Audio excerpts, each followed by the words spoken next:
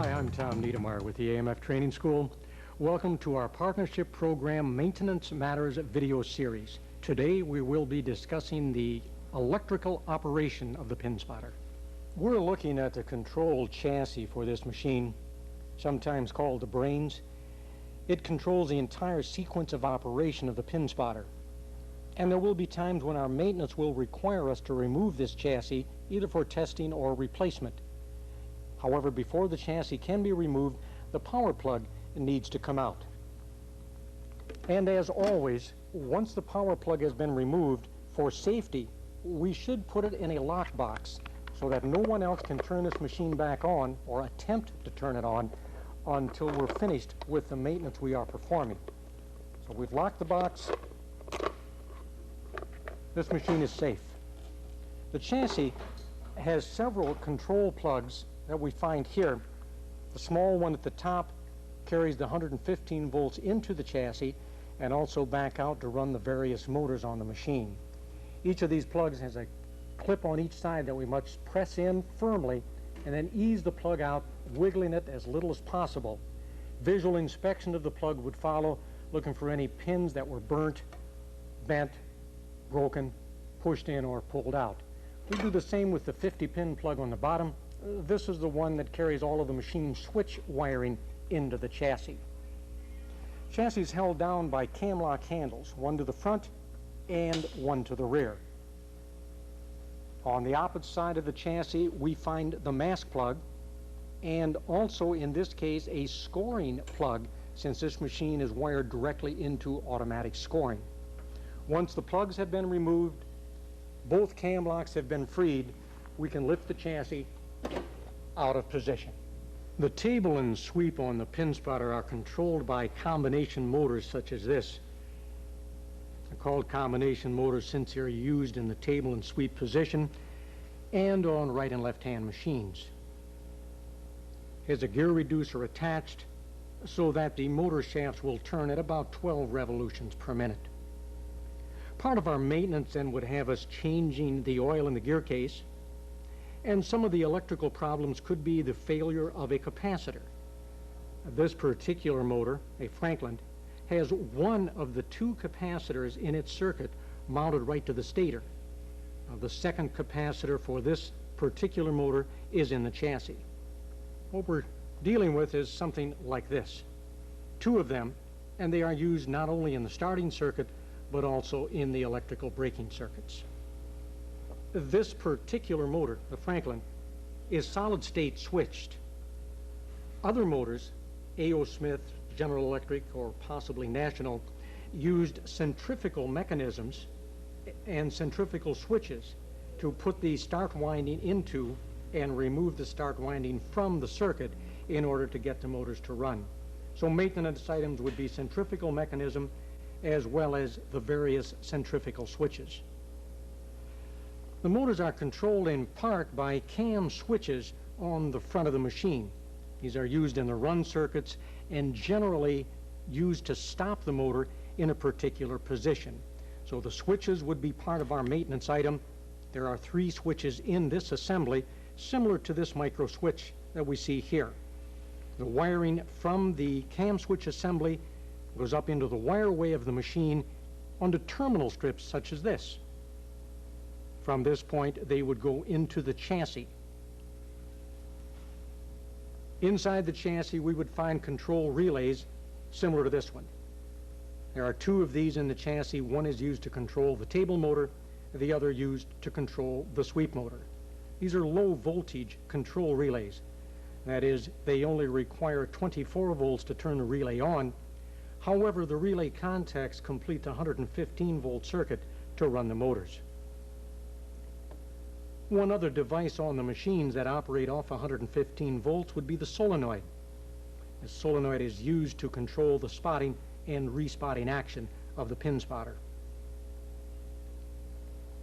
To get all of the wiring into the chassis, various chassis plugs are used. These also then would be maintenance items. The plugs can break. The terminals in the plugs can burn and need to be replaced. We see they come in different sizes depending on the particular location, some rectangular and others are actually round. Replacement terminals, both the male and female, are available so that they can be replaced should they need to be. Inside the chassis, we would also have 3 plug-in type relays. These are used to turn the machine on, used in various other circuits such as controlling the solenoid, possibly the frame meter at the desk, even sweep reverse in the microprocessor chassis. In the chassis that we have here, which is an MP chassis, there are 3 of those plug-in type relays. All 3 are identical, all 3 are interchangeable.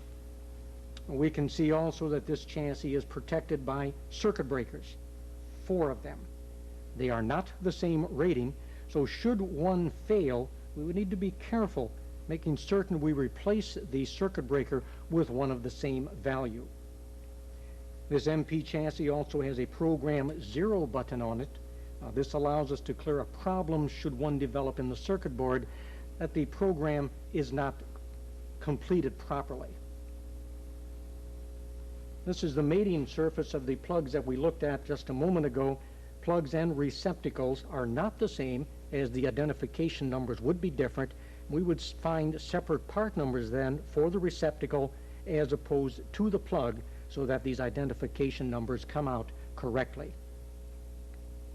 Inside this MP chassis, we would find 1 circuit board and 1 only. There are a number of different generations of these circuit boards used in the MP chassis. This is one of the newest. This particular board has a number of LEDs on it, which will indicate the operation of the machine, showing what cycle we are in, whether the sweep is running, whether the table motor should be running, indicates what pins have been left standing, other useful information for the mechanic. These circuit boards contain a microprocessor that has the program that gives us our sequence of operation. When these boards are handled, the mechanic should be wearing a grounding wrist strap. This is to protect from any possible electrostatic discharge, simply grounding oneself to the chassis, putting the wrist strap on so that you and the chassis are at the same potential. These circuit boards are shipped in a conductive or neurostat bag. Once the board is taken from the bag, you should be wearing the grounding wrist strap. The board is in the bag, it is protected.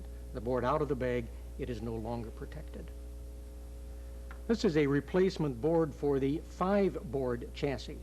It's 1 board replacement, as it's often called, allowing us to update the 5-board chassis, making it compatible with scoring so we can have the shortened strike cycles. With a little additional wiring, this can also give us automatic sweep reverse with scoring, the same as with the processor chassis. With some of the newer machines, instead of having a start switch activated by ball impact on the cushion, we have a ball detector. This is standard equipment with the XL90 machines, and of course a ball detector can be adapted to any pin spotter. This eliminates the problems that can develop from lightweight balls failing to strike the cushion hard enough to cycle the machine. With the newer machines, XL90s, 8800 Golds, a camera is now part of the essential equipment for the machine. We no longer have wiring in the table to indicate when a pin is standing. This is automatically done by the camera. With scoring, a camera would be present anyhow, and we could use this for pin indication. However, without scoring, we would still have the camera with the XL90s because we need this to inform us when pins are standing. So now a camera is an essential part of the pin spotter. Here we have a manager's control panel. These were used to turn each machine on and off. We have a 3-position switch for each lane in the center. Center was off, up for bowl, and down for Instructomat. When scoring is installed, generally this panel is no longer used, and the pin spotters are controlled from the desk of our scoring device. Newer machines, XL90s and 8800s, use a completely different manager's control panel. With this particular type panel, you have many additional features. But with the newer machines, each chassis must be identified as to what lane it is on, since there's just one wire going to the entire bank of pin spotters. This way we can turn on one machine or every machine in the center with the actuation of one switch. This is used then on XL90s as well as 8800 Golds.